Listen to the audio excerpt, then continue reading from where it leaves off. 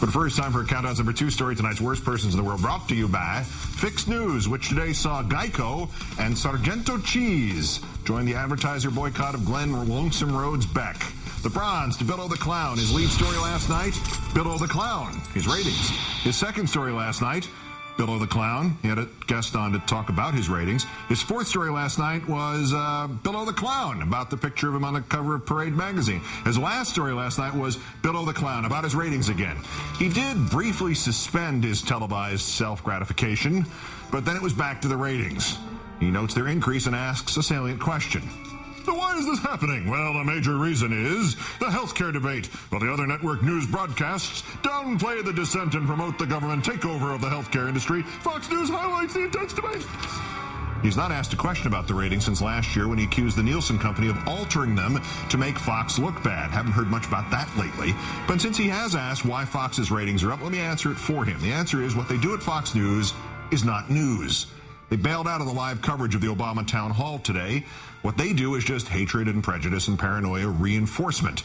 Both sides of an issue are covered with balance. One is treated as the revealed word, and to balance that, the other side is dismissed as smear-mongering and government takeovers and the work of loons. There's no news on Fox News, and Bill O'Reilly is not a journalist, nor a newsman, nor a reporter. In fact, to borrow somebody else's phrase, as a reporter, I wouldn't send Bill O'Reilly to cover a John overflowing. The silver to Neil Ferguson, Harvard professor and columnist of the Financial Times, scholar, counterintuitive historian, and cliched racist imagery user. His new column begins, President Barack Obama reminds me of Felix the Cat. One of the best-loved cartoon characters of the 1920s, Felix was not only black, he was also very, very lucky. And that pretty much sums up the 44th president of the United States.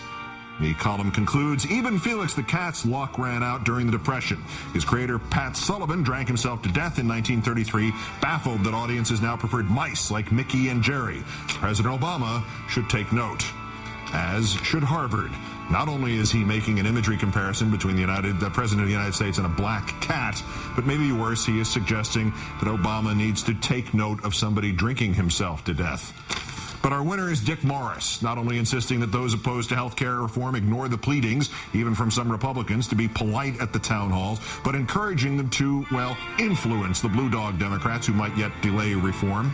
If the Blue Dogs, quote, are not terrorized during August by the public outpouring, and they don't have thousands and thousands of handwritten letters on their doorstep waiting for them when they return from their August recess, they'll fold. Terrorized. Dick Morris actually used the word terrorized to suggest what should be done to U.S. congressmen, to U.S. citizens. This is the second time in a month Fox has put somebody on who has either advocated a terror attack by bin Laden in this country as if it would be good for this country, or used the actual term terrorism as if it should be directed towards any American, ever. And nobody's been fired, nobody's been suspended, nobody's been reprimanded, nobody's been made to retract or correct the comments on the air or off. Probably because Fox's executives have spent the summer trying to suppress criticism of their worthless product. Or because they agree with Dick Morris, today's worst person in the world.